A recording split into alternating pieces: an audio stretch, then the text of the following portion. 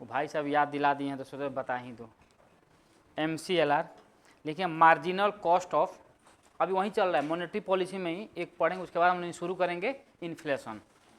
ठीक है, तो MCLR लिखे हैं full form marginal cost of funds, marginal cost of funds based, cost based lending rate. ठीक है, हिंदी लिखेंगे सीमांत निधि लागत पर, सीमांत निधि लागत पर आधारित उधार दर, आधारित उधार दर। अच्छा देखिए, सीमांत निधि लागत पर आधारित उधार दर MCLR। अब समझेंगे यहाँ पे थोड़ा,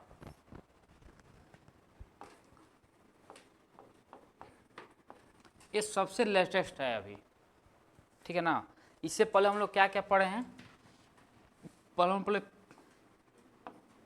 क्या है prime lending rate, prime lending rate, उसके बाद हम लोग पढ़े BPLR benchmark prime lending rate पढ़े थे ना, उसके बाद पढ़े हम लोग बेस रेट, उसके बाद हम लोग पढ़ेंगे अभी MCLR। अब देखिए टाइम टू टाइम क्यों लाया गया है, सिंपल उपाय है कि बैंकों में सुधार के लिए ये सारा का सारा चीज़ हम लोग लाए हैं। इसको थोड़ा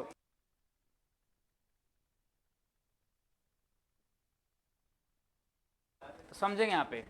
जैसे मान लीजिए मैं कल बताया था कि बेस रेट क्या होता है, बेस रेट क्या होता है, बेस रेट का मतलब है कि आरबीआई बेस रेट के रेंज को तय करती है, बेस रेट को रेंज को तय करती है। अच्छा, इसकी ज़रूरत क्यों पड़ी, इसकी ज़रूरत क्यों पड़ी, क्योंकि जो PLR था, प्राइम लेंडिंग रेट जो था, वो क्या करता था, प्राइम लेंडिंग रेट एक कर रहा था कि जो भी उसके विश्वास पात्र ग्राहक थे, जो भी उसके विश्वास पात्र ग्राहक थे, उसको क्या कर रहा था वो, मतलब हाँ लोन दे रहा था कम इंटरेस्ट पर। फिर देखा गया कि भाई इसको जो, देखिए क्या लिख दिया हूँ मैं, विश्वास पात्र ग्राहकों को कम रेट पर लोन दे रहा था, और जो आम आदमी है जैसे हम लोग हैं, हम लोग को ज़्यादा रेट पर लोन दे रहा था बैंक। तो इसके लिए लाया गया क्या, बेस रेट। PLR या बेंचमार्क प्राइम दोनों को सेम ही बोलते हैं, मान के चलिए मोटा मोटी उसी को बोलते हैं। 2016 के आसपास में इसको लागू किया गया है MCLR को। किसी को डाउट, पहले इसको लिखेंगे 2 पॉइंट, उसके बाद हम बात करते हैं, इसमें नहीं चल रहा है छोड़ दीजिए।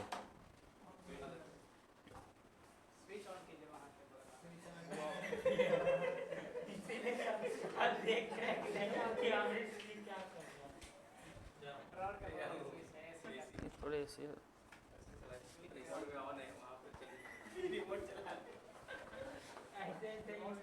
लिखिए, लेकिन भारतीय रिजर्व बैंक ने व्यापारिक बैंकों द्वारा, भारतीय रिजर्व बैंक ने व्यापारिक बैंकों द्वारा उधार दर, व्यापारिक बैंकों द्वारा उधार दर तय करने की, उधार दर तय करने की नई पद्धति को, उधार दर तय करने की नई पद्धति MCLR को अपनाया, MCLR को अपनाया। यानी सिंपल ये बात बोल रहा है कि अब इंटरेस्ट रेट कितना दिया जाएगा उसके लिए एक नई पद्धति अपनाया गया, जिसको हम लोग क्या बोलते हैं, MCLR बोलते हैं। नेक्स्ट पॉइंट लिखेंगे, इसे 1 अप्रैल 2016, इसे 1 अप्रैल 2016 से अपनाया गया है, इसे 1 अप्रैल 2016 से अपनाया गया है।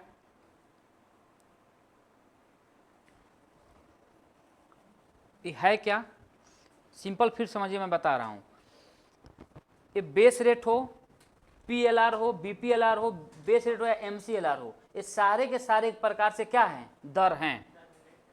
ठीक है, बैंकों में केवल सुधार करने के लिए टाइम टू टाइम इसमें चेंज किया गया है, और सबसे लेटेस्ट अभी क्या है, MCLR है, जिसे 2016 में लागू किया गया। इससे पहले कौन सा काम कर रहा था, बेस रेट। अच्छा, इसकी ज़रूरत क्यों पड़ी, इसकी ज़रूरत क्यों पड़ी, इस सारे की जरूरत का एक ही कंडीशन है, रेपो रेट। समझिएगा पहले, ये जो रेपो रेट है, रेपो रेट मान के चलिए कि अगर आरबीआई के द्वारा रेपो रेट बढ़ा दी जा रही है, आरबीआई के द्वारा रेपो रेट बढ़ाई जाएगी। पहले क्या होता था, रेपो रेट बढ़ा दी जा रही थी, रेपो दर बढ़ाने के तुरंत साथ ही बैंक क्या करते थे कि अपने बैंक रेट को बढ़ा देते थे, बैंक रेट को बढ़ा देते थे। अभी रेपो रेट बढ़ा है तो बैंक रेट बढ़ा दी गई, तो जब रेपो रेट यहाँ पे कम हो रहा है तो भाई तुम भी कम करो। यहाँ पर बैंक के कर नहीं रहे थे।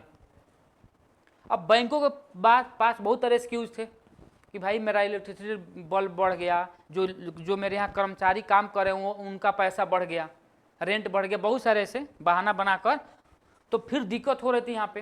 तो ये सारे रेट को अपनाना शुरू किया गया। अब इसको अपनाया गया प्राइम लेंडिंग रेट, इसमें बैंक अपने हिसाब से लगे रेट तय करने, ठीक है ना। तब लाया गया बेस रेट। अब आरबीआई बोले कि नहीं चलो ठीक है, हम लोग एक रेंज तय करते हैं, रेंज तय करेंगे। मान लीजिए कि मिनिमम 6 है और मैक्सिमम 10 है, मान लेते हैं। तो बोली कि भाई आपका विश्वास पात्र हो या कोई भी आदमी हो, आप उस व्यक्ति को 6% से कम पर लोन नहीं दे सकते हैं, ब्याज नहीं ले सकते हैं उसे। और कोई अगर आपका दुश्मन भी हो तो उससे 10 से ज़्यादा नहीं ले सकते हैं। यानी आप, लेकिन एक बात समझना है, ये बेस रेट आरबीआई तय कर रही है। अगर पूछेगा कि बैंक रेट तय करती है आरबीआई, तो बैंक रेट आरबीआई तय नहीं करती है, आरबीआई तय करती है केवल बेस रेट। बेस रेट का मतलब होता है उसका रेंज तय करेगी कि भाई मिनिमम इतना होगा और मैक्सिमम इतना होगा, ठीक है ना। अब उसके बीच में बैंक अपने सहूलियत से 7 रखे, 8 रखे, 9 रखे, 10 रखे या 6 रखे, जितना रखना होगा बैंक अपने हिसाब से रखेगी। किसी कोई डाउट है? इसी में एक पॉइंट लिखेंगे एमसीएलआर में। क्या बोला हूँ तो एक बार बोले तो लास्ट पॉइंट क्या, 1 अप्रैल 2016 से इसको लागू किया गया। हाँ लिखेंगे इससे यह अपेक्षा की जाती है कि, इससे यह अपेक्षा की जाती है कि, यानी किससे, एमसीएलआर के बारे में बात कर रहा हूँ। इससे अपेक्षा की जाती है कि बैंकों के दरों में, बैंकों के उधार दरों में, बैंकों के उधार दरों में, लेंडिंग रेट जिसको बोलते हैं, बैंकों के उधार दरों में नीति दरों के, नीति दर यानी पॉलिसी रेट के बारे में बात कर रहा है, नीति दरों के बेहतर बनाने,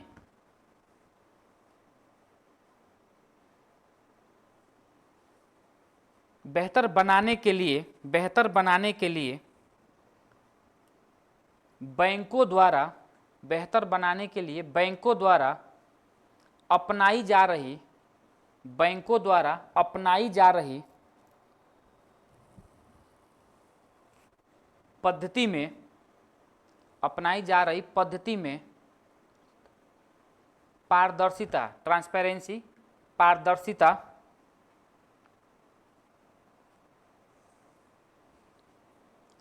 लाएगी।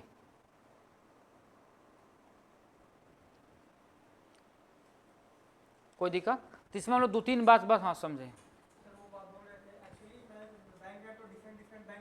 हाँ हाँ ठीक है, लेकिन वो तो बैंक रेट का मतलब होता है कि आरबीआई कमर्शियल बैंकों को लोन देगी लॉन्ग टर्म के लिए, हाँ तो डिटरमाइन तो आरबीआई करेगा ना। हाँ, देखिए मैं बता रहा हूँ, फिर समझिए यहाँ पे थोड़ा।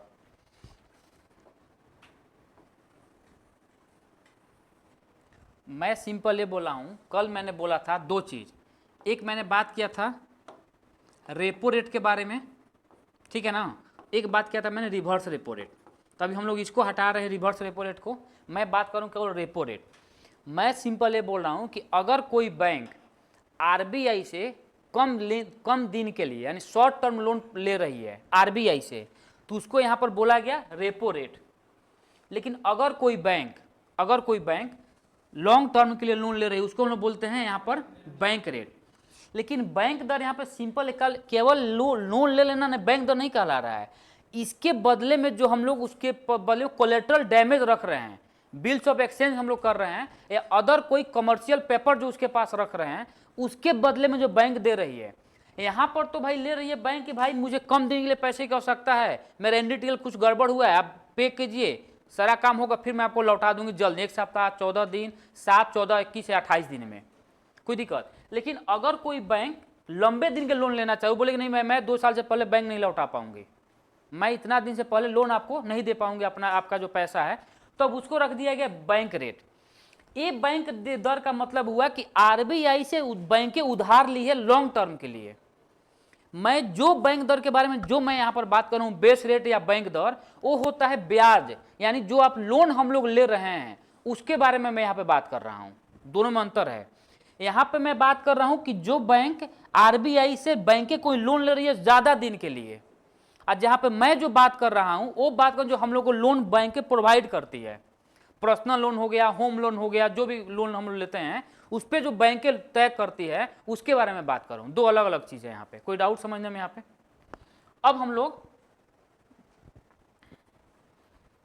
यहाँ से हम लोग अब नया टॉपिक शुरू करेंगे जिसको बोलते हैं इन्फ्लेशन। ठीक है ना? क्या है इन्फ्लेशन?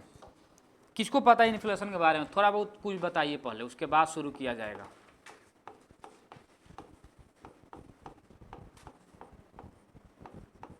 इन्फ्लेशन जिसको हम लोग बोलते हैं मुद्रास्फीति।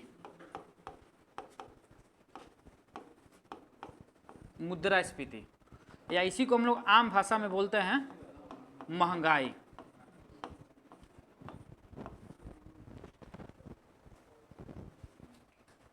क्या कोई डाउट है किसी को? सर वो एमएसएफ में सर एक दिन का जो लोन लेता है तो उसका फायदा क्या होता है? कोई फायदा नहीं होता, जनरली ऐसा होता नहीं है, फिर बता रहा हूँ मैं। बैंकों का जो सिस्टम है कुछ अलग है, जनरली ऐसा होता नहीं है, लेकिन एग्जाम भी तो पास करना है तो जो दिया गया हम लोग पढ़ रहे हैं, उसमें बोला है कि एक दिन में ही अगर कुछ किताब में पढ़ेंगे तो उसमें दिया था रात, एक रात के लिए, एक रात के लिए लेती है। मन आज रात में कल कहाँ से देगी? तो वहीं तो दे रही है हम लोग, उसका मतलब एक बनाया गया है क्राइटेरिया, हम लोग पढ़ रहे हैं। एक रात का सिंपल मतलब होता है, समझ, एक रात के यहाँ पे जो मैं समझ पा रहा हूँ, यहाँ पे जो बोल रहा है एक रात के लिए, यानी मानिए कि कोई बैंक को, देखिए एक तो बात समझना है कि एमएसएफ को इमरजेंसी लोन कहते हैं, कि अगर कोई बैंक इमरजेंसी लोन लेने जा रही है आरबीआई के पास, इसका मतलब ये है कि बैंकों की स्थिति सही नहीं है, उस बैंक की स्थिति सही नहीं है, उसको तुरंत पैसा चाहिए। तो तुरंत पैसा कहाँ से आएगा? एक ही उपाय है उसके पास, आरबीआई के पास। और आरबीआई के पास जाएगी, ऐसा तो जैसे हम लोग जाते हैं बैंकों के पास लोन लेने, क्या एक दिन में लोन मिल जाएगी? कितना भी कुछ भी है आप, 2-4 दिन आपको दौड़ना ही पड़ेगा। खूब आपका लिंक है, जान पहचान है, तब भी आपको 2-4 दिन दौड़ा ही देगा बैंक वाला, उसके बाद आपको पैसा देगा। लेकिन यहाँ पे बोला कि तुरंत गए, पैसा लिए और आ गए, और फिर अगले दिन दे दिए। इसका मतलब है कि भाई जो आपका बैंक से आप उधार लिए उसको फिर देना नहीं अगले दिन। ये प्रोसेस बनाया गया कि ऐसा ही प्रोसेस से काम होता है। ये प्रोसेस बनाया कि भाई आज पैसा लिए उसको कल देना है, रात के लिए एक रात के लोन लिया जाता है, फिर अगले दिन उसको दे देना है। ये प्रोसेस, रियलिटी में ऐसा होता नहीं है, रियलिटी में ऐसा होता नहीं है। नहीं तो ऐसा कोई उपाय है क्या कि जब बैंक की स्थिति जो खराब है, आज पैसा लोन ले रही है, आपको उसको कैसे दे देगी? तो एक और बात, जो नहीं देगी उसी के लिए यहाँ पर इंटरेस्ट रेट बनाया गया है कि भाई आपके रेपो रेट से ज़्यादा होगा। जितना भी उस टाइम जितना रेपो रेट काम कर रहा होगा उससे सामान्यतः 1% ज़्यादा होगा इंटरेस्ट रेट उसका। इसीलिए कोई बैंक लेना नहीं चाहती एमएसएफ के थ्रू लोन, इसीलिए सारी बैंकें प्रेफर करती है कि मैं रेपो रेट के थ्रू लोन ले लूँ या बैंक दर के थ्रू लोन ले लूँ। ज़्यादा दिन के लिए लेना है तो उसके थ्रू, जब जिसका भी एनडीटीएल गड़बड़ होगा तो समझिए कि मामला वहीं पे दिक्कत है। कोई दिक्कत समझने में? एक बात एक और समझ लीजिए, यहाँ पर भी याद आया। देखिए एनडीटीएल, पहले समझना है कि एनडीटीएल होता क्या है। एनडीटीएल का मतलब net demand and time liabilities, net demand and time liabilities. इसका मतलब क्या? शुद्ध मांग एवं सावधि देयता। शुद्ध मांग एवं सावधि देयता लिखेंगे। इसका है शुद्ध मांग एवं सावधि देयता।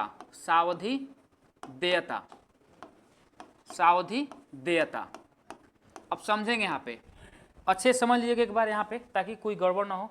देखिए बैंक जो है ना, ये बैंक में 2 तरीके से काम होती है, एकदम अच्छे समझिएगा यहाँ पर। बैंक में या तो बैंक में पैसा डिपॉजिट होगा,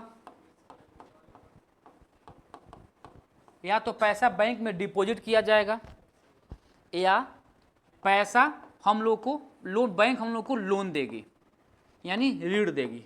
कोई दिक्कत? समझेंगे। जब पैसा बैंक में पैसा को डिपॉजिट किया जाता है वह बैंकों की लायबिलिटीज कहलाती है। क्या कहलाती है? लायबिलिटीज कहलाती है, यानी इसको बोलते हैं हम लोग देयता। लायबिलिटीज का मतलब ये हुआ, इसका मतलब सिंपल ये हुआ कि ये बैंकों के ऊपर उधार है। जो पैसा हम लोग बैंक में जमा किए हैं वो पैसा हम लोग का बैंकों के ऊपर उधार है। हम लोग जब चाहेंगे पैसा बैंक से डिमांड कर सकते हैं, ले सकते हैं। कोई दिक्कत समझने में यहाँ पे? और जो पैसा बैंक हम लोग को लोन दे रही है वह कहलाती है बैंकों की एसेट। कोई दिक्कत? जिसको बोलते हैं हम लोग संपत्ति। यहां तक किसी को डाउट है? ठीक है, फिर समझिएगा। बैंक में दो तरीके से काम होता है, एक होता है डिपॉजिट, दूसरा होता है बैंक हम लोग को लोन देगी।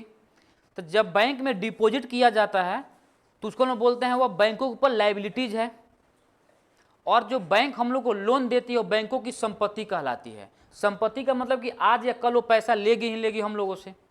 कोई दिक्कत? अब समझिएगा, ये जो डिपॉजिट है तो डिपॉजिट दो तरीके से होता है, होगा ना, दो तरीके से डिपॉजिट। कौन कौन? एक डिपॉजिट होता है, समझिएगा फिर यहाँ पे, एक डिपॉजिट होता है demand deposit, demand deposit DD, demand deposit, और एक होता है टाइम डिपॉजिट। फिर एकदम अच्छे समझिएगा, डिपॉजिट भी दो तरीके से होता है, एक होता है डिमांड डिपॉजिट और दूसरा होता है टाइम डिपॉजिट। ये जो डिमांड डिपॉजिट है इसके अंतर्गत आते हैं दो चीजें, एक आता है करेंट अकाउंट,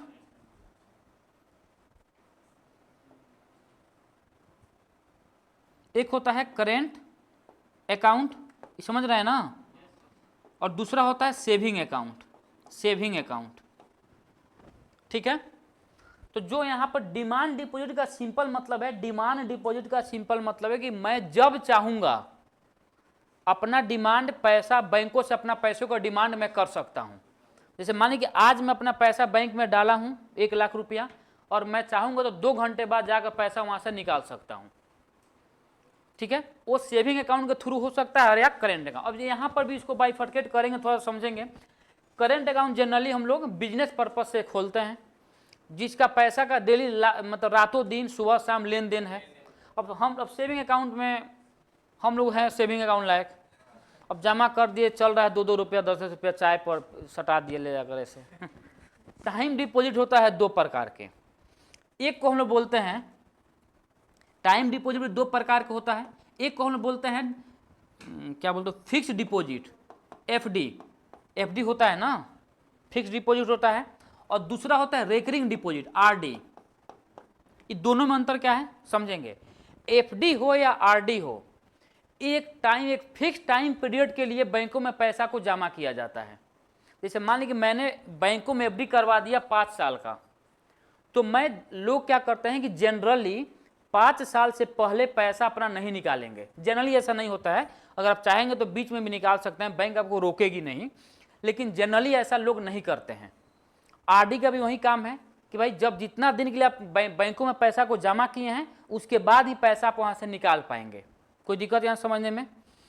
तो 2 हो गया। अच्छा, जो बैंकों की संपत्ति है, जो एसेट है, यहाँ पे 2 चीजें हैं जो बैंकों की संपत्ति है। अच्छा, एक और काम भी यहाँ पर हो सकता है उधार के बाद में, ये भी तो हो सकता है कि जो बैंकों में जो अदर प्रकार के हम लोग कुछ कर रहे हैं, मानिए किसी प्रकार से हम लोग बैंक में बिल पेमेंट करवा रहे हैं, कुछ अन्य प्रकार से इलेक्ट्रिसिटी बिल का पेमेंट करवा रहे हैं, ये सारा पेनाल्टी भर रहे हैं, सारा दिन बैंक से ही कटता है पैसा हम लोग का, तो इसको हम लोग बोलते हैं ओडीटीएल। समझेंगे पहले, ODTL, other demand and time liabilities, जिसमें पेनाल्टी फी ये सब सारा का सारा इसमें अंतर्गत आता है। कोई फाइन भर रहे हैं, कोई पेनाल्टी भर रहे हैं, ये सब आता है इसमें ओडीटीएल में, other demand and time liabilities. कोई दिक्कत समझने में? अब समझेंगे यहाँ पे, ये जो तीनों को हम लोग जोड़ेंगे यहाँ पर, ये तीनों को हम लोग यहाँ पर जोड़ेंगे तब निकलता है GDTL। GDTL gross demand and time liabilities. Gross demand and time liabilities हम लोग को निकालना क्या है? NDTL। अब फिर समझेंगे, इसमें से हम लोग माइनस करेंगे, अब समझेंगे फिर।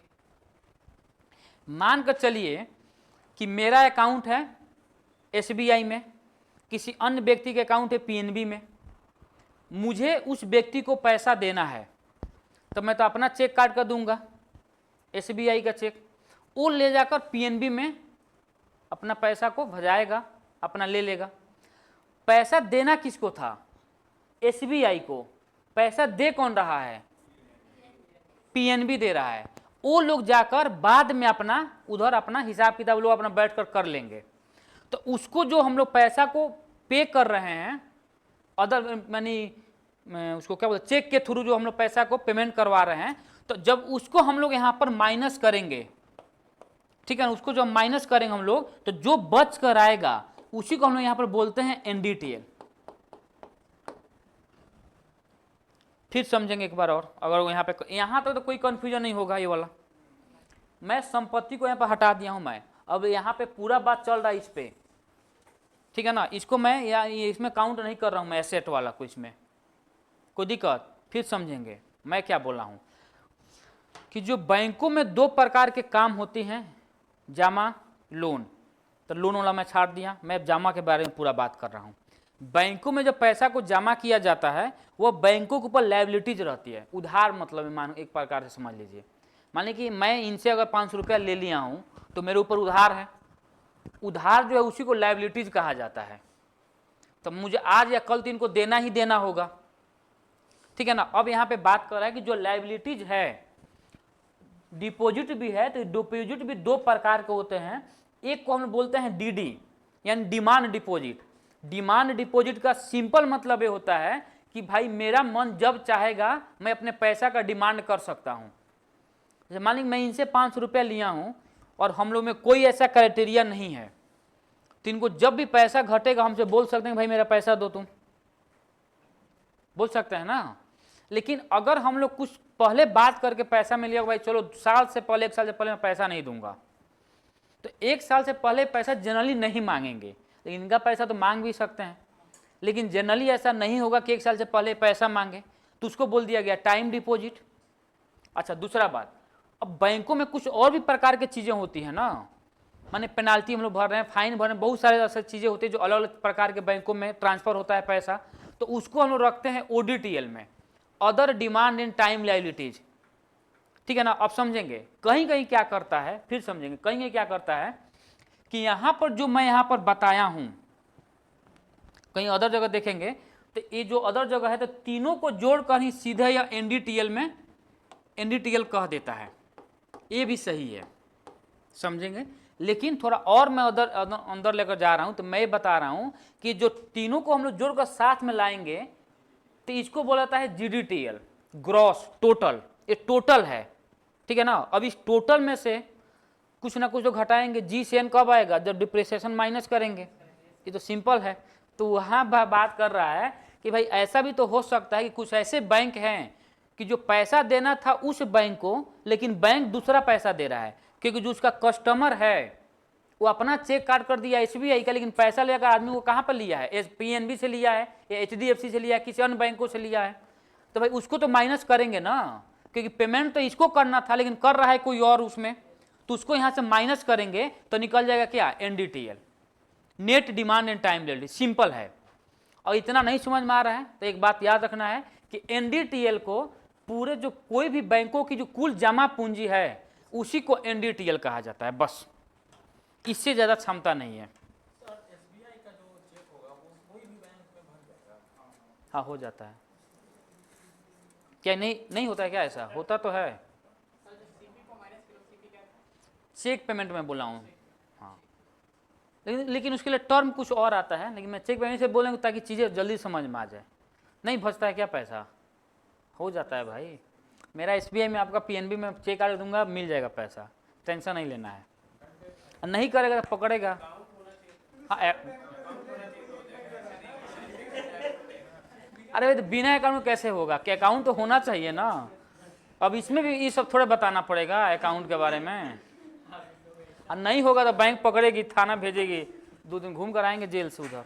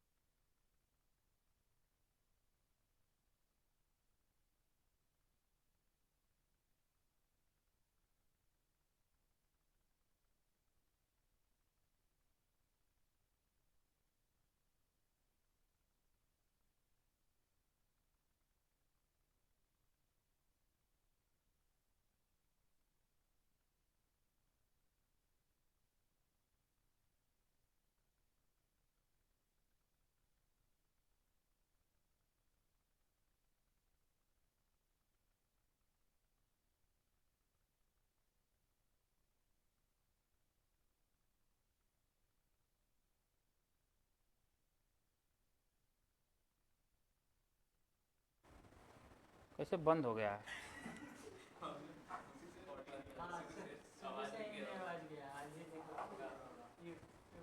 तो बोलना चाहिए ना, कैसे हो गया है? ये तो मैं ऑन ही करके रखा था। चलिए ठीक है, देखिए इधर दौड़ती हुई जो मुद्रास्फीति है, इसका जो दर है, इसका जो रेट है वो है 10 से 20%। ठीक है ना, 10 से 20%, यानी अगर इसके बीच में मुद्रास्फीति का दर दिख रहा है, रेट दिख रहा है, तो उसको हम बोलते हैं दौड़ती हुई मुद्रास्फीति। बस आपको यहाँ पे रेट याद रखना होगा, जरूरी। तो समझ में आ रहा है?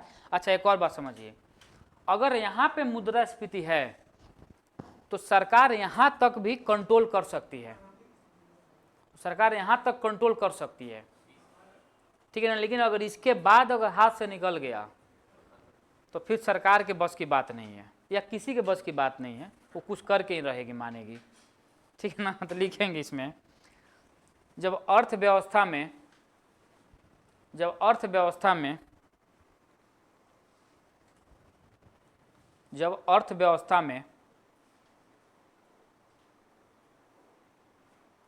मुद्रास्फीति की दर, जब अर्थव्यवस्था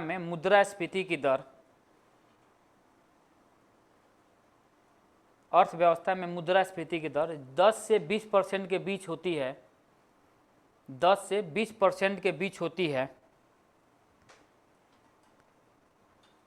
तो उसे दौड़ती हुई मुद्रास्फीति कहते हैं, तो उसे दौड़ती हुई मुद्रास्फीति कहते हैं। ठीक है, देखिए दर के आधार पे जो मुद्रास्फीति है, ठीक है ना, दर के आधार पे जो मुद्रास्फीति है, अभी भी नहीं आ रहा है, नहीं आ रही है आवाज, आ तो रही है, अरे उतना तो खींचेगा ही, आ रही है अब, चलिए मैं कर दे रहा हूँ, आएगी ही, आना होगा। देखिए क्रीपिंग इन्फ्लेशन जो है, इसका दर 0 से 3% या 1 से 3% होगा, और यह सामान्यतः विकसित अर्थव्यवस्था में देखने को मिलती है। ठीक है, उसके बाद मैंने बताया चलती हुई मुद्रास्फीति, इसका दर जो होता है वह 3 से 10% के बीच में होती है। ठीक है, और यह सामान्यतः विकासशील अर्थव्यवस्था में देखने को मिलती है। भारत भी विकासशील अर्थव्यवस्था है, तो भारत ने क्या किया, 2016 में इन्फ्लेशन टारगेटिंग का कॉन्सेप्ट लाया, और इसके थ्रू सरकार ने डिसाइड किया कि भारत में जो एवरेज मुद्रास्फीति का दर रहेगा, यानी महंगाई की जो दर रहेगी, वह 4% रहेगी, एवरेज 4% प्लस माइनस 2, अगर कभी बढ़ रही है तो 6% जाएगी, कम हो रही है तो 2% रहे, यानी 2% से कम मतलब मुद्रास्फीति का दर नहीं रहेगा देश में, कोई दिक्कत। और इसका जो टारगेट रखा गया था वो रखा गया 2016 से लेकर 2021 के बीच में। 21 के बाद फिर सरकार ने इसको एक्सटेंड कर दी और करके रख दिया अब 2026 तक, यहाँ तक। ठीक है, इसके बाद मैं भी बात कर रहा हूँ दौड़ती हुई मुद्रास्फीति के बारे में। दौड़ती हुई मुद्रास्फीति के बारे में सिंपल ये बात है कि जब मुद्रास्फीति की दर 10 से 20% के बीच में होती है तो उसको हम लोग दौड़ती हुई मुद्रास्फीति कहते हैं। यहाँ तक किसी को डाउट है? अब उसके बाद हम लोग बात करेंगे गैलोपिंग इन्फ्लेशन, कूदती हुई मुद्रास्फीति। गैलोपिंग इन्फ्लेशन, कूदती हुई मुद्रास्फीति।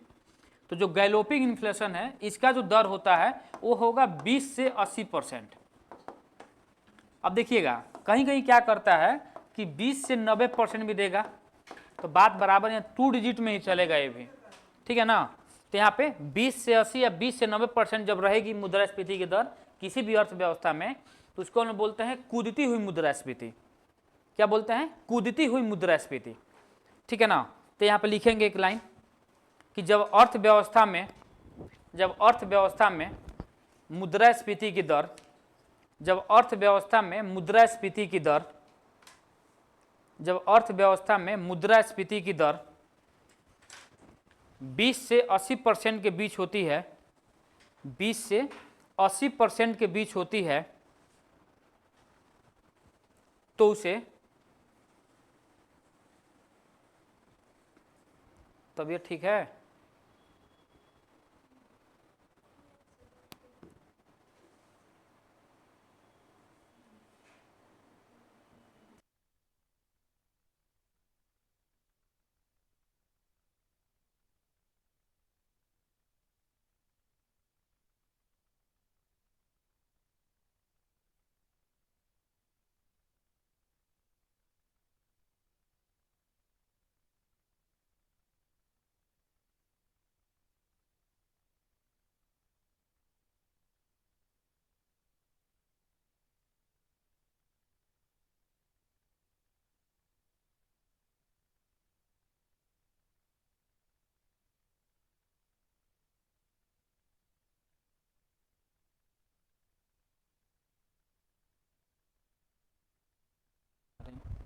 अभी तो उनका तबीयत देखिए, उधर उनका तबीयत खराब है थोड़ा, एक बार देख लीजिए उधर, वो नाम नहीं पता मुझे। और बहुत गर्मी है, थोड़ा बच के भी रहना है ना। आप लोग ठीक है?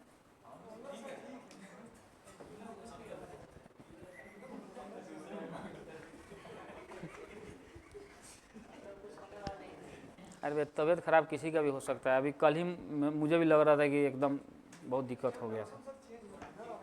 हाँ, अब इसमें बुखार उखार लगना है सबको, एक बार तो लगे, एक राउंड तो लगेगा। हाँ, लगने को एक भी, हाँ बहाना भी खोज लीजिए पहले से।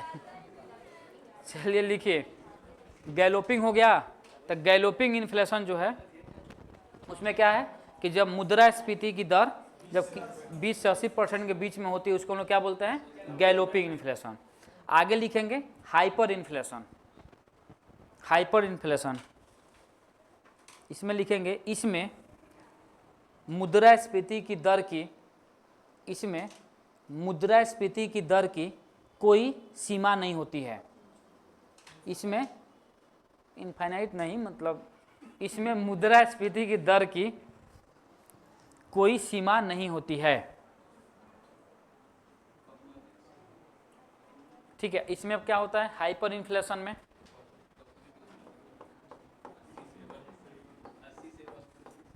हाइपर इन्फ्लेशन, पहली बात तो है कि हाइपर इन्फ्लेशन को हम लोग बोलते हैं 3 डिजिट इन्फ्लेशन भी बोलते हैं हम लोग। तो हाइपर इन्फ्लेशन को बोलते हैं 3 डिजिट इन्फ्लेशन। अगर कभी पूछ रहा है ऐसा तो देख लेंगे यहाँ पे, इसी को हम बोलते हैं 3 डिजिट इन्फ्लेशन। अब 3 डिजिट इन्फ्लेशन का मतलब यहाँ पे क्या हुआ कि जैसे एग्जाम्पल मिनिमम तो 100 तो होगा ही।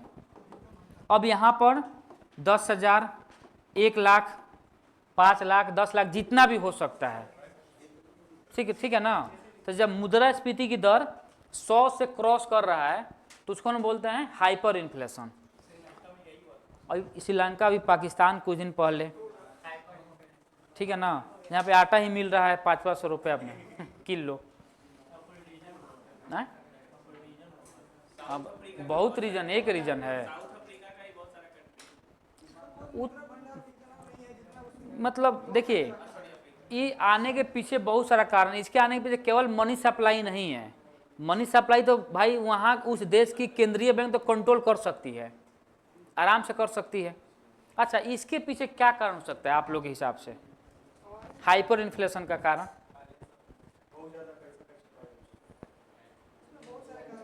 नहीं, वो तो अपने देश में, अपने हाथ में, वो तो नहीं कर सकते कोई देश। इसके हिसाब से हाइपर इन्फ्लेशन देश में नहीं आ सकता है। किसी भी देश में हाइपर इन्फ्लेशन आने का पीछा मतलब हिनात प्रबंधन नहीं हो, डेफिसिट फाइनेंसिंग नहीं हो सकती है। हाँ, बैलेंस ऑफ पेमेंट सबसे बड़ा कारण ये है। जब बैलेंस ऑफ पेमेंट, जब इम्बैलेंस होगा मामला, ठीक है ना, क्योंकि जब बैलेंस ऑफ पेमेंट को इंटरनेशनल लेवल पर कौन मेंटेन करता है? तो IMF करता है। और अपने देश में, किसी भी देश में, उस देश का केंद्रीय बैंक मेंटेन करती है। अगर उस देश का केंद्रीय बैंक नहीं कर पाई, उसके कंट्रोल से बाहर निकल गया, तो यही सिचुएशन पैदा होगा हाइपर इन्फ्लेशन। और जब आएगा तो उस देश की इकोनॉमी को एकदम से खत्म करके ही जाएगा वहाँ से। अगर अब देखिए, मानिए कोई मजबूत देश है, उसको उतना प्रभाव नहीं पड़ेगा, 1-2 साल में सही हो जाएगा। जैसे मानिए बहुत बड़ा वहाँ पे मंदी आ गया था 1929 में यूएसए में आए थे 29 में, 34 तक रहा 5 साल। अभी भी देखिए देश, भाई 60 साल पहले की तो बात है, 70 साल, फिर भी वर्ल्ड का नंबर 1 भाई है। अपने आता तो कहानी खत्म हो जाता। 90 के दशक में होना, लेकिन हुआ नहीं ना, एक्चुअली हुआ नहीं ना। अगर होने वाला था, नहीं हुआ तभी तो अच्छी बात है, हो जाता तो बहुत दिक्कत हो जाता है। 2008 में भी आया था, 8 में तो झटका था, अभी तो फिर आने वाला है, टेंशन नहीं लेना है। पूरा देश कहीं साइड जो अभी शेयर मार्केट है एकदम गड़बड़ हो गया, सारा माहौल कुछ बन रहा है पूरे वर्ल्ड में फिर से एक बार इन्फ्लेशन का, मंदी का मतलब क्या होता है?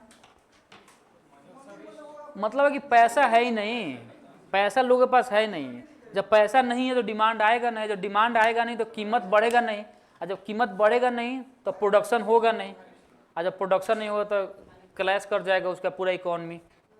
क्रैश कर जाए, कहानी खत्म हो जाएगा देश का इकोनॉमी का, ठीक है ना। तो दोनों ही सिचुएशन में मंदी हो तो उसके लिए सरकार मॉनेटरी पॉलिसी लाती है, सरकार राजकोषीय नीति लाती है, सरकार टैक्स के रेट को कम करेगी, पब्लिक एक्सपेंडिचर को बढ़ाएगी, तमाम ऐसे कारण हैं मंदी से उबारने के लिए देश को। आज जब देश में इन्फ्लेशन हो तो सरकार अपने टैक्स के रेट को हाई करेगी, हाँ कठोर मतलब इन्फ्लेशन को एकदम मॉनेटरी पॉलिसी को एकदम कम करेगी, ठीक है ना, रेट को बढ़ाएगी, पब्लिक एक्सपेंडिचर को कम करेगी। एक कुछ ऐसे टूल्स बताए गए हैं, कुछ ऐसे कारण बताए गए हैं जिसके चलते इन्फ्लेशन कंट्रोल हो सकता है। इस इन्फ्लेशन के बारे में बात नहीं कर रहा है वो। अब हाइपर इन्फ्लेशन से सबसे कांड नहीं होगा, वो तो ब्लास्ट करके ही जाएगा, ठीक है ना। इसीलिए पूरे देश में, खासकर भारत में, देश के छोड़िए भारत में इन्फ्लेशन के मापने की कुछ विधि, इसमें WPI CPI है, और अभी बात हो रही है PPI पर, producer price index. Producer price index का मतलब होता है, अरिजीत सिंह पटेल जो थे उन समिति के रिकमेंडेशन पे बात की जा रही है। उसका मतलब क्या होता है कि भाई किसी भी वस्तु का जो उत्पादन किया जाता है उसका 3 चरण होता है। कोई किसी वस्तु को उत्पादन करेगा तो उसको बोला गया प्रोड्यूसर। अगर माने मैं किसी वस्तु को उत्पादन करूँ तो मैं प्रोड्यूसर कहलाऊंगा। अब मैं बेचूंगा होलसेलर को तो WPI होगा वो, और WPI के बाद जाएगा CPI कंज्यूमर, और कंज्यूमर बाद आएगा हम लोग के पास। तो अगर इन्फ्लेशन का प्रथम जो स्टेज है अगर यहीं पे कंट्रोल हो गया तो आम जनता तक जाते जाते चीज़ें सहूलियत से पहुंचेगी। अगर यहाँ से निकल गया इन्फ्लेशन और एक गया WPI के पास तो यहाँ पर भी कंट्रोल किया जा सकता है, लेकिन अगर वहाँ से भी निकल गया फिर तो कंट्रोल कर पाना बहुत मुश्किल है। इन्फ्लेशन, महंगाई एक प्रकार से समझिए कैंसर टाइप का है। कैंसर को अगर प्रथम स्टेज में पता चल गया तो आप तो कंट्रोल कर सकते हैं, सेकेंड स्टेज तक भी पता कंट्रोल कर सकते हैं, उसके बाद हाथ से निकल गया तो फिर मरना ही होगा उनको, कोई मरने से नहीं बचा सकता। मरेंगे चिल्ला चिल्ला कर, दर्द करेगा, बाप बाप लोग चिल्लाते हैं कोरोना ये जब होती है कैंसर, तो है ना। मैं देखा हूँ, मेरे गांव में एक आदमी अभी उनका डेथ हो गया पिछले साल, देख रहा उनको मैं देखा, मतलब उतना तो मतलब क्या बताए, बहुत यंग आदमी थे, चले गए भाई साहब, कैंसर से ही मरे हैं वो भी। महाराष्ट्र में रह रहे थे, इलाज हुआ, डॉक्टर बोल दिया कि अब कोई उपाय नहीं है, कहीं भी दिखा लीजिए आप, इससे बढ़िया है कि ले जाइए घर पे, जितना दिन अपने परिवार के साथ रह सकते हैं। अब परिवार के साथ क्या रहेंगे, वो आदमी तो चिल्ला रहा है, घर वालों को भी डिस्टर्ब कर रहा है, छोटे छोटे बच्चे थे। हैं लिविंग में क्या,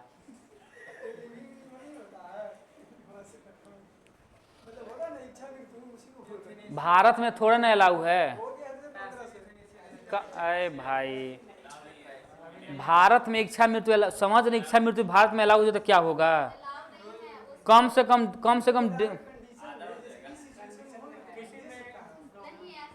सुनिए, हुआ था, जैसे हुआ ना केस बढ़ने लगा, फिर सरकार ने रोक लगा दी कि नहीं होगा, अब किसी भी फॉर्म में नहीं होगा।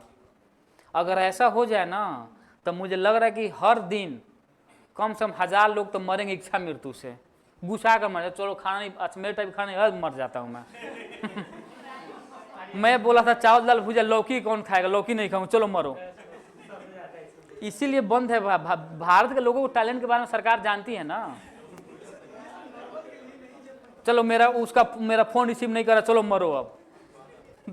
समझ आ रहा है ना, रोक है, अच्छी बात है, अच्छी बात है। मैं तो नहीं चाहता हूँ कि ये सब हो तो अगला नंबर इसी में से किसी का आ जाए, फिर पेपर में पढ़ रहे हैं कि प्रेरणा के पूर्व छात्र भूतपूर्व छात्र ने किया इच्छा मृत्यु का ऐलान, कूदा गांधी मैदान से, गांधी सेतु से, हो गया है। इसके बाद मरना इतना आसान नहीं है, समझ लिए। किसी को लगता है ना कि इच्छा मृत्यु कर जाना इतना आसान नहीं है किसी के लिए। मतलब अगर किसी को पता चल जाए कि अगले वो 5 साल में मर जाएगा ना, तो 2 साल में ही मर जाएगा, टेंशन से मर जाएगा पहले ही कि यार 5 साल में मर जाऊंगा, यार मैं नहीं खाऊंगा, कुछ नहीं खाऊंगा, ऐसे नहीं करूँ, मर जाएगा। अच्छा है कि कम से कम ये नहीं पता है कि आदमी कब मरेगा, और बहुत अच्छी बात है।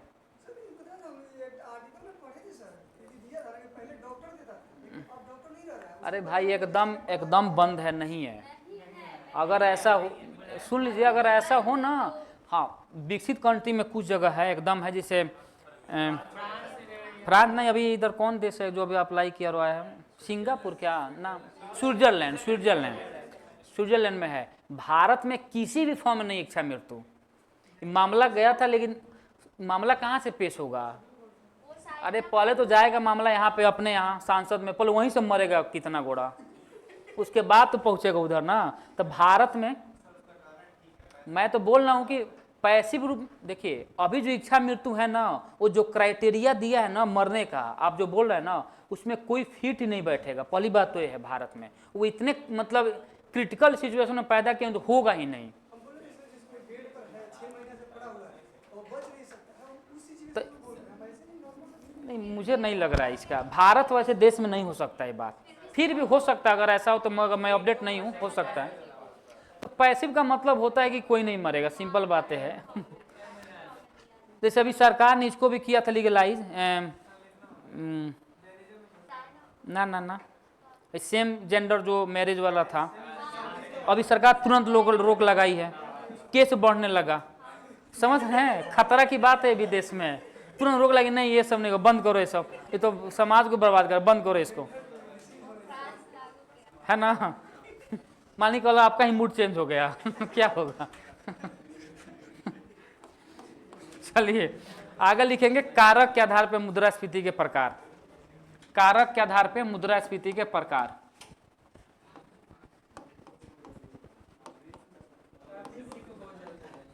कारक के आधार पर मुद्रास्फीति के प्रकार। पहला कौन सा है?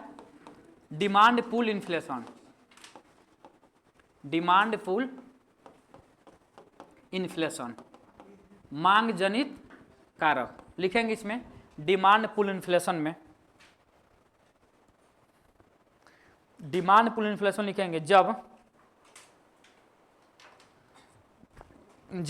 अर्थव्यवस्था में, जब अर्थव्यवस्था में आपूर्ति स्थिर रहती है, जब अर्थव्यवस्था में आपूर्ति स्थिर रहती है तथा मांग बढ़ जाती है, मांग बढ़ जाती है, उसके जस्ट बगल में ब्रैकेट में लिखेंगे आपूर्ति स्थिर रहती है तथा मांग बढ़ जाती है, उसके जस्ट बगल में ब्रैकेट में लिखना एक लाइन, मांग किसी भी स्थिति में बढ़ जाती है, मांग किसी भी स्थिति में बढ़ जाती है, मांग किसी भी स्थिति में बढ़ जाती है, ब्रैकेट बंद, तो उसे डिमांड पुल इन्फ्लेशन कहते हैं, मांग जनित कारक कहते हैं, मांग जनित मुद्रास्फीति कहते हैं। तो मांग जनित मुद्रास्फीति कहते हैं, हो गया। अब यहां पे देखेंगे एक बात, जो मांग जनित मुद्रास्फीति है, डिमांड का बढ़ जाना, उसके लिए क्या कारण हो सकते हैं? तो लिखेंगे कारण, डिमांड बढ़ने, मांग बढ़ने के कारण, मांग बढ़ने के कारण, या कारण लिख सकते हैं, समझ गए अगर तो। क्या क्या कारण हो सकता है? हाँ, एक में लिखेंगे पहला पॉइंट, अर्थव्यवस्था में मुद्रा आपूर्ति का बढ़ जाना, अर्थव्यवस्था में मुद्रा आपूर्ति का बढ़ जाना, यानी मनी सप्लाई का बढ़ जाना। दूसरा, लोगों की आय में बढ़ोतरी होना, लोगों की आय में बढ़ोतरी होना, लोगों की आय में बढ़ोतरी होना। रोजगार प्राप्ति, रोजगार प्राप्ति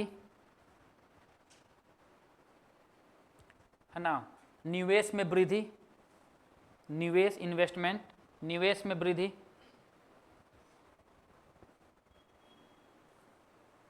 और सबसे महत्वपूर्ण जो हर जगह एप्लीकेबल है, जनसंख्या में वृद्धि। ये तो रहेगा ही, जनसंख्या का बढ़ जाना है, जनसंख्या वृद्धि। ये सारे हैं जो कारक है डिमांड लाने के पीछे, ठीक है ना। आगे लिखेंगे उसके बाद कॉस्ट पुश इन्फ्लेशन, दूसरा है cost push inflation, cost push inflation, इसको बोलते हैं लागत जनित मुद्रास्फीति, लागत जनित मुद्रास्फीति। लिखेंगे जब अर्थव्यवस्था में मांग स्थिर होती है, जब अर्थव्यवस्था में मांग स्थिर होती है, मांग स्थिर होती है तथा वस्तुओं एवं सेवाओं के कीमतों में तथा जब वस्तुओं एवं सेवाओं के कीमतों में वृद्धि हो जाती है या वृद्धि होती है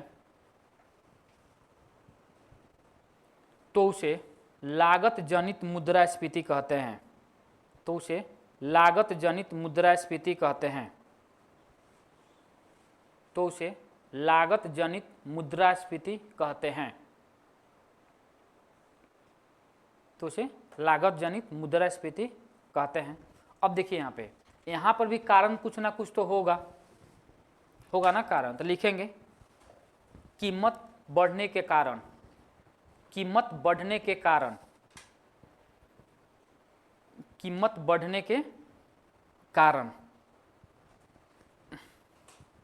कीमत बढ़ने के क्या क्या कारण हो सकते हैं यहाँ पे, अभी तो बताया हूँ। हाँ पहला लिखेंगे फैक्टर कॉस्ट में वृद्धि, यानी साधन लागत में वृद्धि हो जाना, साधन लागत, फैक्टर कॉस्ट, साधन लागत या उत्पादन लागत का बढ़ जाना, उत्पादन लागत का बढ़ जाना, रॉ मटेरियल के कीमतों में वृद्धि, रॉ मटेरियल के कीमतों में वृद्धि, रॉ मटेरियल के कीमतों में वृद्धि, रॉ मटेरियल के कीमतों में वृद्धि। आगे मजदूरी का बढ़ जाना, मजदूरी बढ़ना, ट्रांसपोर्टेशन रेट का बढ़ जाना, ट्रांसपोर्टेशन रेट का बढ़ जाना।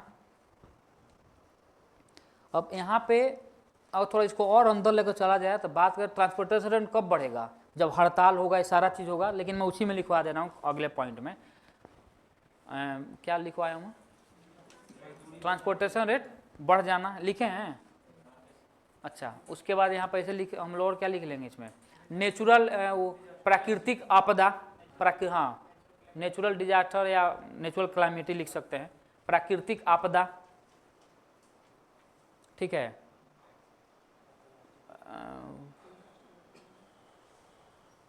अंतर्राष्ट्रीय घटनाएं भी लिख सकते हैं, अंतर्राष्ट्रीय घटनाएं,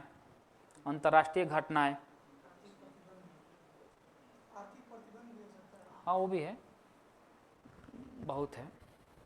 अब इसके उपाय का क्या कारण है, तो उपाय को उतना नहीं समझ, बस कारण समझते रहिए।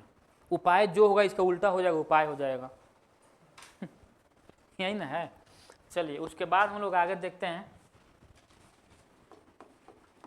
मापने के आधार पर मुद्रास्फीति के प्रकार, मापने के आधार पर मुद्रास्फीति के प्रकार। तो जो मापने के आधार पर जो मुद्रास्फीति के प्रकार हैं वो दो हैं, कौन कौन। पहला है कोर इन्फ्लेशन, कोर इन्फ्लेशन, और दूसरा है हेडलाइन इन्फ्लेशन, हेडलाइन इन्फ्लेशन। तो जो कोर इन्फ्लेशन है समझेंगे यहाँ पे, कोर इन्फ्लेशन है, कोर इन्फ्लेशन मापते समय इसमें हम लोग खाद्य वस्तुएं, खाद्य का मतलब होता है खाने वाले, खाद्य वस्तु तथा ईंधन एवं ऊर्जा, ईंधन एवं ऊर्जा को सम्मिलित नहीं करते हैं, को सम्मिलित नहीं करते हैं, नहीं करते हैं, कोई दिक्कत? तो हम लिखेंगे कोड इन्फ्लेशन में एक लाइन,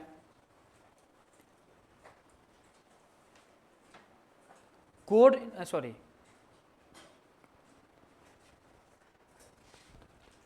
जब अर्थव्यवस्था में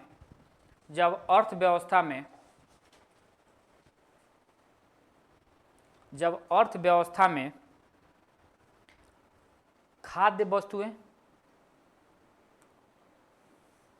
नहीं, जब अर्थव्यवस्था को जब ऐसे लिखेंगे ना, उल्टा हो गया। जब मुद्रास्फीति को मापते समय जब मुद्रास्फीति को मापते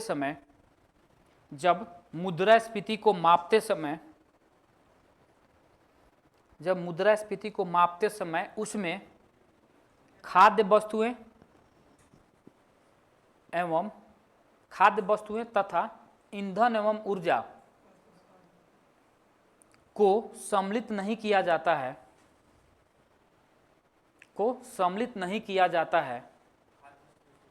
खाद्य वस्तुएं तथा ईंधन एवं ऊर्जा को सम्मिलित नहीं किया जाता है,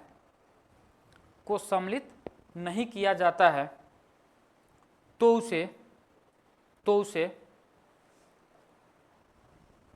कोर इन्फ्लेशन कहते हैं, कोर इन्फ्लेशन कहते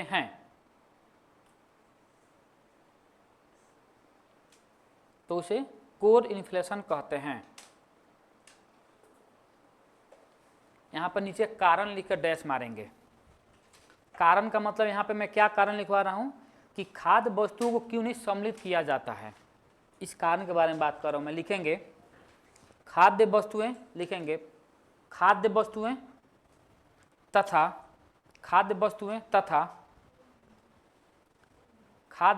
तथा ईंधन एवं ऊर्जा के कीमतों में लगातार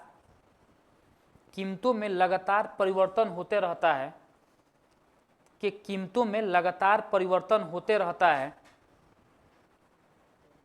जिसके कारण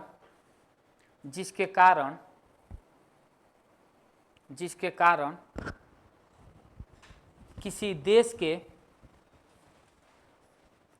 मुद्रास्फीति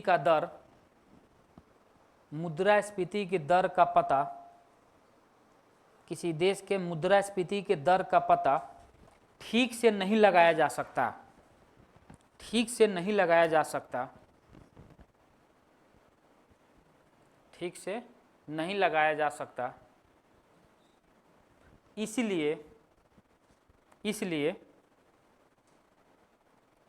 इसे सम्मिलित नहीं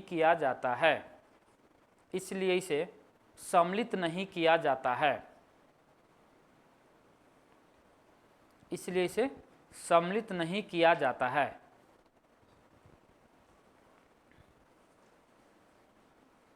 हो गया। अब इसके बाद हम बात करेंगे हेडलाइन इन्फ्लेशन। तो सिंपल बात है, इसका उल्टा हो जाएगा। हेडलाइन इन्फ्लेशन में खाद्य वस्तुएं तथा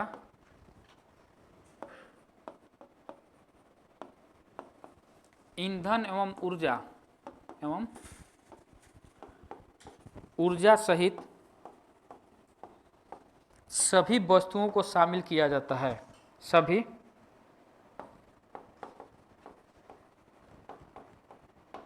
वस्तुओं को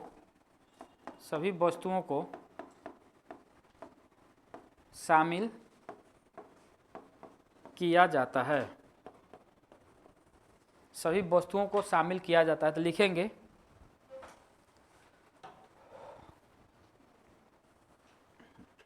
इसमें लिखेंगे हेडलाइन इन्फ्लेशन में जब अर्थव्यवस्था में मुद्रास्फीति को मापते समय, जब अर्थव्यवस्था में मुद्रास्फीति को मापते समय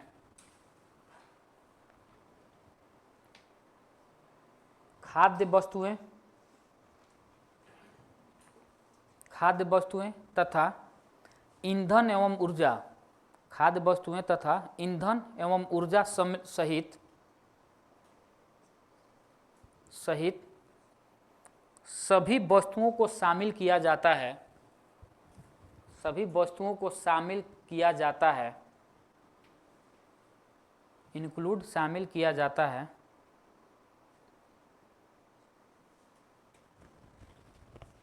शामिल किया जाता है, तो इसे हेडलाइन इन्फ्लेशन कहते हैं, तो इसे हेडलाइन इन्फ्लेशन कहते हैं, हेडलाइन इन्फ्लेशन कहते हैं।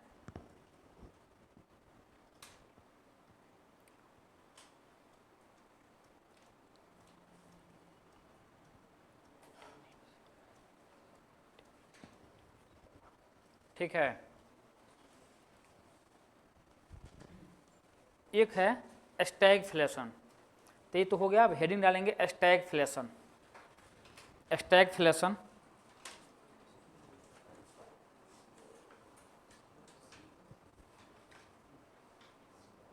स्टैगफ्लेशन क्या होता है? देखिए, इन्फ्लेशन में सिंपल क्या होता है, इन्फ्लेशन में अगर बात किया जाए, सिंपल यहाँ पर इन्फ्लेशन के बारे में बात किया जाए, अगर इन्फ्लेशन में बात किया जाए तो इन्फ्लेशन का मतलब ये होता है कि मनी सप्लाई अर्थव्यवस्था में ज़्यादा है, मनी सप्लाई अर्थव्यवस्था में बढ़ा हुआ है। तो जब अर्थव्यवस्था मनी सप्लाई बढ़ेगा तो सिंपल है कि भाई लोग निवेश करेंगे अपने पैसे को, निवेश बढ़ेगा, निवेश बढ़ेगा तो क्या होगा, रोजगार मिलेगा, रोजगार में वृद्धि होगी, और जब रोजगार में वृद्धि होगी तो लोगों के आय बढ़ेंगे, जब लोग आय बढ़ेगा तो मांग बढ़ेगा, मांग बढ़ेगा तो कीमत बढ़ेगा। ठीक है ना। अब यहाँ पर उसके बाद बात करेंगे हम लोग स्टैगफ्लेशन के बारे में। स्टैगफ्लेशन, स्टैगफ्लेशन में क्या होता है कि भाई इसमें भी सिंपल काम होगा कि मनी सप्लाई भी बढ़ेगा, यहाँ पर भी निवेश बढ़ेगा, निवेश में भी वृद्धि होगी, लेकिन ऐसा एक सिचुएशन क्रिएट होगा अर्थव्यवस्था में कि जहाँ पर रोजगार मिलना चाहिए, रोजगार में वृद्धि होनी चाहिए, लेकिन रोजगार में वृद्धि न होकर इसके जगह पर बेरोजगारी बढ़ेगी, बेरोजगारी बढ़ेगी, और इसके साथ बेरोजगारी बढ़ेगी, इसके अलावा सारा काम होगा। यानी जब किसी भी अर्थव्यवस्था में मुद्रास्फीति भी और साथ में बेरोजगारी दोनों की दरें साथ साथ दिखाई दे, या दोनों साथ साथ दिखाई दे, तो उस स्थिति को हम बोलते हैं स्टैगफ्लेशन। किसी को डाउट है? डाउट है किसी को? हाँ? किसमें? नहीं, ऐसा तो नहीं होगा, ऐसा नहीं होगा। देखिए यहाँ पे सिंपल ये बात कर रहा है, यहाँ पे अमीर तो अमीर ही रहेगा, सिंपल अमीर गरीब हो जाएगा, ऐसा।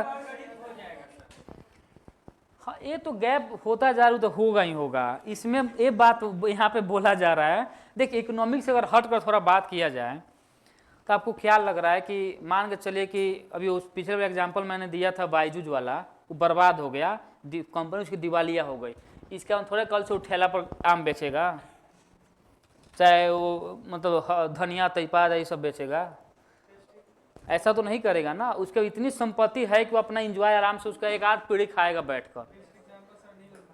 हाँ, अनिल अंबानी, अनिल अंबानी खत्म हो गया, बर्बाद हो गया, उसके बाद भी उसके पास कितना 6,000 या इतना कितना करोड़ रुपया भी संपत्ति है उसके पास, इतना बर्बाद होने में उतना है। हम लोग आबाद हैं तो नहीं है उतना अच्छा, उसके बाद भाई अपने देखिए जो भागा हुआ है उधर, कौन नहीं, वो जो किंग फिशर का जो मालिक है विजय माल्या, यहाँ से भाग गया, वहाँ पे इंग्लैंड में एंजॉय कर अपना घर खरीद कर चल रहा है पूरा। तो जो अमीर है ना, एक इसीलिए तो बोला गया है, इसे बोला जो इलाइट फैमिली है ना, इलाइट जिसको लोग कहा जाता है, इलाइट का मतलब पढ़े लिखे लोग भी होते हैं, साथ में संपन्न परिवार वाले, वो कभी भी ऐसा सिचुएशन बहुत ही rarest of the rare case में ऐसा देखा जाएगा कि जो आदमी एकदम से बर्बाद होगा और जमीन पर आ गया, ऐसा नहीं होगा। सारा जो क्राइटेरिया हम लोग जितना पढ़ते हैं ना, सारा हम लोग पे लागू होता है, हम लोग उसमें आते हैं। मिडिल फैमिली नहीं, हम लोग मिडिल भी नहीं, हम लोग हैं लोअर मिडिल। वो तो अपने आप को खुश करने के लिए हम बोलते हैं मिडिल फैमिली। मान के चलिए कि जो एक अभी कल पेपर में आया था कि एक आदमी है जो अभी बहुत ही घर पे रहकर उसका टर्नओवर है साल का 7,000 करोड़। तो मैं पहले देखा कि पहले बंदा ये नॉर्थ का तो नहीं होगा, वो साउथ का ही होगा, क्योंकि नॉर्थ में तो 70,000 कमाने वाले बात करना बंद कर देते हैं। 70,000 कमा रहा आपके घर का पड़ोसी तो आपसे बात नहीं करेगा, भाई छोड़ो ही पागल आदमी है, 70,000 कमा रहा हूँ मैं। तो जब मैं पढ़ा कि 7,000 करोड़ तो मैं समझ गया बंदा साउथ का ही होगा, ये तो कंफर्म है। तो अपने यहाँ संजोग से साउथ से निकला। अपने यहाँ तो यहाँ पर 30,000 कमाने के बाद एटीट्यूड बदल जाता है। जो यहाँ पे जिसके पास बहुत संपत्ति है, जो आप लोग सुने होंगे चाय सूटा बार एक कंपनी है, उसका जो मालिक अभिनव दुबे है, उसके पास सेकेंड हैंड गाड़ी है, जो 1,000 करोड़ का मालिक है वो सेकेंड हैंड। हम लोग आज जॉब लग गया कि कल हम लोग स्कॉर्पियो निकाल लेंगे एन सीरीज, भले ही EMI भरते भरते हालत खराब है तो क्या है, लेकिन चलेंगे हम लोग एन सीरीज वाले स्कॉर्पियो पर। और वो अभी मारुति सुजुकी या ऑल्टो किसी गाड़ी से घूमता i20 से शायद, सेकेंड हैंड। आदमी जब उस लेवल पर पहुंचेगा ना, तो आपको कोई मतलब नहीं है कि आपके अगल बगल कौन क्या करे, हम लोग के लिए सारा बनाएगा। समाज क्या देख रहा है, समाज कुछ नहीं सोचता है, हम लोग के दिमाग में बैठा, क्योंकि हम लोग उस लेवल पर पहुंच ही नहीं पा रहे हैं। और दूसरा बात, एक और बात, जो सफल हो जाता है, मैं भी चाहता हूँ, मानता हूँ और करना भी चाहिए सबको। जब अगर आप सफल हो गए तो लोग कहते हैं वो बदल गया आदमी, अपने पुराने दोस्तों से बात नहीं करता। अरे क्यों बात करेगा? अरे भाई इसलिए नहीं बात करेगा, मान लीजिए कि मेरा जो दोस्त है, मैं पैसा लगा कमाने, मेरा सब कुछ चेंज हो गया, सब कुछ। अब पुराना दोस्त आएगा, वो आएगा गरीब आदमी, वो आएगा बैठेगा, याद दिलाएगा मुझे गरीबी का हाल। भाई तुम पहले एक प्लेट में हम लोग खाते थे पकौड़ी। अरे भाई तो हाँ खाते थे, अब नहीं खा रहा हूँ, भागो यहाँ से तुम भी। क्यों मैं रहूँ तुम्हारे साथ, अपना पुराना याद करके दुख रहूँ मैं अपना। अब दिन चेंज हो गया है ना, अब इंजॉय करो, तो मरना है कुछ दिन में, अब तो इंजॉय करने दो, क्यों दुख लेना है। तो नहीं क्यों दें, मान लो कोई कमा रहा है तो अपने हिसाब से कमा, तुम अपना कमा लो, मन है तो, नहीं तो जाओ भागो यहाँ से, मरो उधर, निकलो इधर से, सिंपल बात है।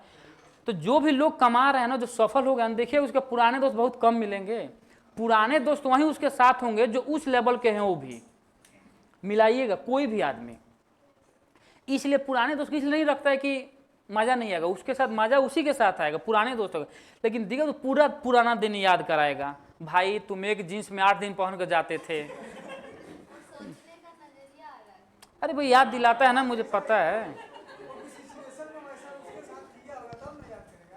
अरे वो नहीं, मैंने पुराना दीदी इसलिए याद करे, भाई दोस्त है ना।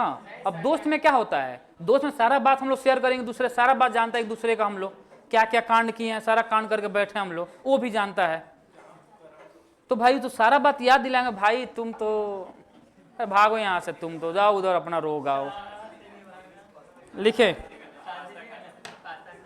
स्टैगफ्लेशन लिखेंगे, क्या बोला हूँ मैं, स्टैगफ्लेशन बोला हूँ ना, लिखिए स्टैगफ्लेशन। स्टैगफ्लेशन लिखेंगे जब अर्थव्यवस्था में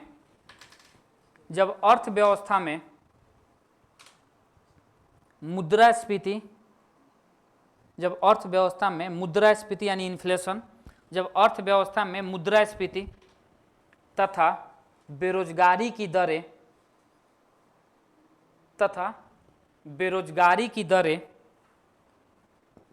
बेरोजगारी दोनों साथ साथ दिखाई दे, जब अर्थव्यवस्था में मुद्रास्फीति तथा बेरोजगारी दोनों साथ साथ दिखाई दे, या दोनों की दरें ऊंची हो तथा दोनों की दरें ऊंची हो,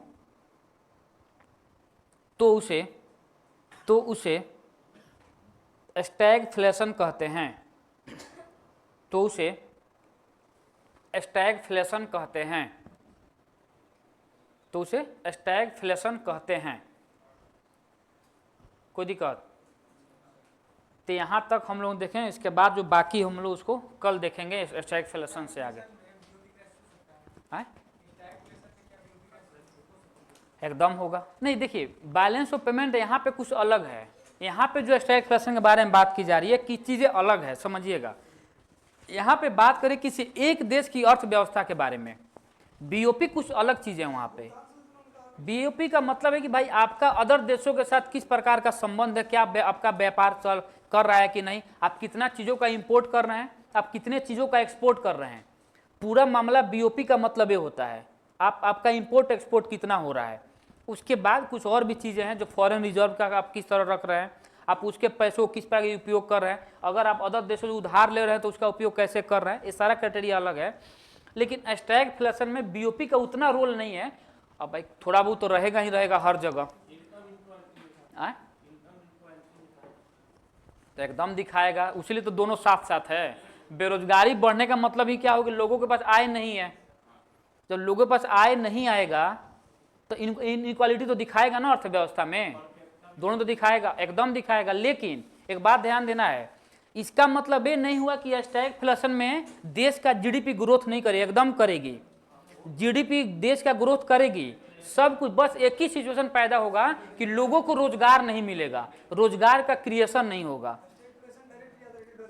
हाँ, बस ये समझना है कि स्टैगफ्लेशन का मतलब कि भाई बेरोजगारी बढ़ेगी और इन्फ्लेशन भी रहेगा। जबकि समान स्थिति में क्या होता है इन्फ्लेशन में कि भाई रोजगार मिलना चाहिए, लेकिन जब अगर रोजगार क्रिएशन नहीं हो पा रहा है तो कहीं ना कहीं दिक्कत है। या तो हो सकता है कि सरकार के नीति में कोई ना कोई दिक्कत हो, या सरकार रोजगार लाना नहीं चाहती है, ये भी हो सकता है। पूरा गेम रोजगार किस पे निर्भर करता है, सरकार के पॉलिसी पर निर्भर करता है। जबकि हम लोग राजकोषीय नीति में हम लोग पढ़ेंगे कि उसका मुख्य उद्देश्य है कि रोजगार क्रिएशन, एम्प्लॉयमेंट क्रिएशन करना, रोजगार का क्रिएशन करना। लेकिन अगर ऐसा नहीं हो पा रहा है तो इसमें गलती किसकी है, सरकार की नीति में। जैसे हम लोग पढ़ेंगे बेरोजगारी में संरचनात्मक बेरोजगारी।